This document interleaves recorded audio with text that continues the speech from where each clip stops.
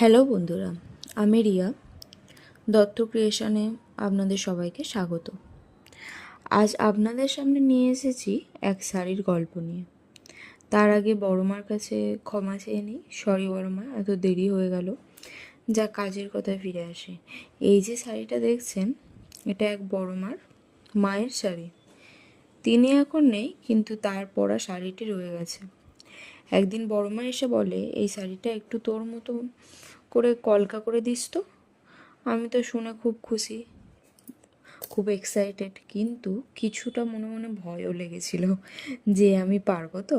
যাক, ভগবানের নাম করে কাজে লেগে পড়লাম, আর ভালোভাবে কাজটা কমপ্লিটও হয়ে গেল। আমার তো বেশ ভালোই লাগছে। এবার আপনাদের ওপর দায়িত্ব রইল কেমন হয়েছে জানানোর। আর বড় মা, তুমি অবশ্যই শাড়িটা হাতে পাওয়ার পর জানিও কেমন হয়েছে। আর আপনাদের যদি ভালো লাগে, আপনারাও অর্ডার করতে পারেন নিচে দেওয়া নাম্বারে। ধন্যবাদ সবাইকে।